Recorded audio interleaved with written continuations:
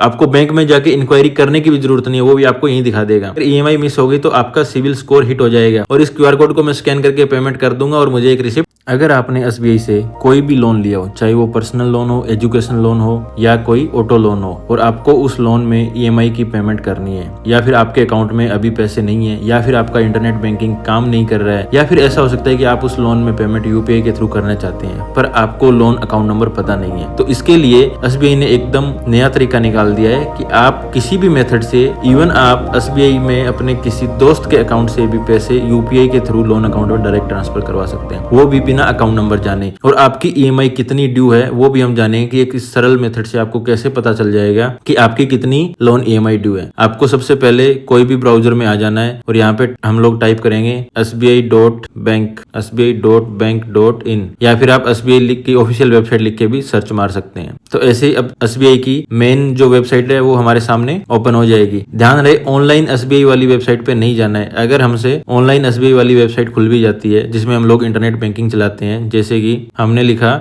Online SBI और ये internet banking वाला जो लॉगिन पोर्टल है वो खुल गया है, तो ऊपर जो एसबीआई का जो आइकन है आपको उसके ऊपर क्लिक करना है। इससे जो एसबीआई की मेन वेबसाइट है वो ओपन हो जाएगी। इसके बाद आपको इन 3 डॉट्स पर क्लिक करना है। 3 डॉट्स पर क्लिक करने के बाद आपको पर्सनल पर क्लिक करना है। उसके बाद आपको लोन पर क्लिक करना है और लोन पर क्लिक करने के बाद जैसे आप स्क्रॉल करेंगे आप इसमें देखेंगे कि loan repayment via digital mode e pay, ये एसबीआई का एकदम लेटेस्ट फीचर है, बिल्कुल नया फीचर है। अभी आपको लोन अकाउंट नंबर भी पता नहीं है, तो देखिए अगर आप रजिस्टर्ड मोबाइल नंबर से करेंगे तो आपको मोबाइल नंबर और अपनी डेट ऑफ बर्थ डालनी है। इसके बाद आगे की डिटेल खुलेगी। लेकिन अगर आपके पास रजिस्टर्ड मोबाइल नंबर नहीं है, नॉन रजिस्टर्ड मोबाइल नंबर से पेमेंट करना चाहते हैं, तो फिर आपके पास लोन अकाउंट नंबर होना जरूरी है। लोन अकाउंट नंबर आप डालेंगे, मोबाइल नंबर आप डालेंगे, तो उसके बाद कितनी ईएमआई ड्यू है या फिर आप कितनी पेमेंट पे करना चाहते हैं वो आपको दिखा देगा। जैसे मैं अभी रजिस्टर्ड मोबाइल नंबर डालता हूँ, तो मैं मेरा मोबाइल नंबर इसमें डाल रहा हूँ। मैंने मेरा रजिस्टर्ड मोबाइल नंबर इसमें डाल दिया है। अभी मैं इसमें मेरी डेट ऑफ बर्थ भी एंटर कर रहा हूँ और कैप्चा को अभी हम डालेंगे। कैप्चा भी मैंने डाल दिया। अभी देखिए फेच बिल, इस पर हम क्लिक करेंगे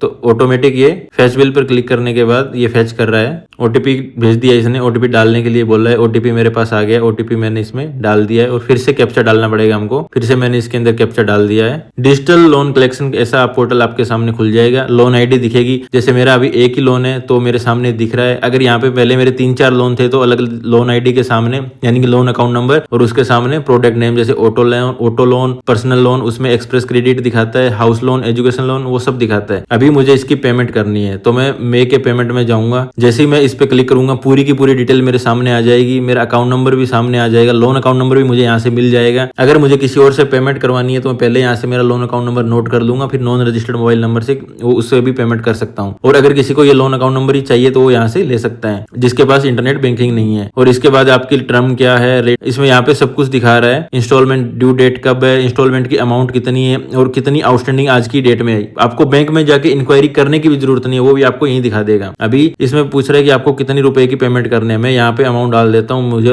1000 रुपए की, मुझे 1000 रुपीज की पेमेंट करनी है। जैसे मैं इसमें 1000 लिखता हूँ, ये मेक पेमेंट वाला बटन एक्टिवेट हो जाता है। मैं इसके ऊपर क्लिक करूंगा, मेक पेमेंट, और इसके बाद देखिए आप डेबिट कार्ड से भी इसका पेमेंट कर सकते हैं, किसी दूसरे बैंक की इंटरनेट बैंकिंग से भी आप इसका पेमेंट कर सकते हैं, यूपीआई से भी आप पेमेंट कर सकते हैं। जैसे मान के चलिए कि आपकी ईएमआई ड्यू है और आपके अकाउंट में पैसा नहीं है और बैंक आप जा नहीं सकते या बैंक की ऑफ है, या फिर ये मान के चलिए कि आपको लोन अकाउंट नंबर पता नहीं है और आप 1-2 दिन बाद उस बैंक में जाके पेमेंट करवा सकते हैं। लेकिन इसी बीच में अगर ईएमआई मिस हो गई तो आपका सिविल स्कोर हिट हो जाएगा और सिविल स्कोर लोन की ईएमआई मिस होने के कारण एकदम बड़ा ही रैपिडली नीचे जाता है, जिससे आपको फ्यूचर में लोन लेने में बड़ी दिक्कत होती है और कई बार रेट ऑफ इंटरेस्ट भी आपको बढ़ा हुआ मिलता है सिविल खराब होने की वजह से। तो उस चीज के उस मामले में ये सबसे बेस्ट ऑप्शन है पेमेंट करवाने का। आप खुद भी पेमेंट कर सकते हैं किसी दूसरे अकाउंट से या फिर अपने किसी भी दोस्त या किसी फैमिली मेंबर से भी क्यूआर कोड यूपीआई से भी पेमेंट करवा सकते हैं। इवन आप यहाँ पे क्यूआर कोड भी जनरेट कर लेंगे। जैसे ही मैं यूपीआई क्यूआर कोड पे क्लिक किया तो पे नाउ पे मैंने क्लिक किया है तो मेरे सामने इसका अभी क्यूआर कोड आ गया है और इस क्यूआर कोड को मैं स्कैन करके पेमेंट कर दूंगा और मुझे एक रिसिप्ट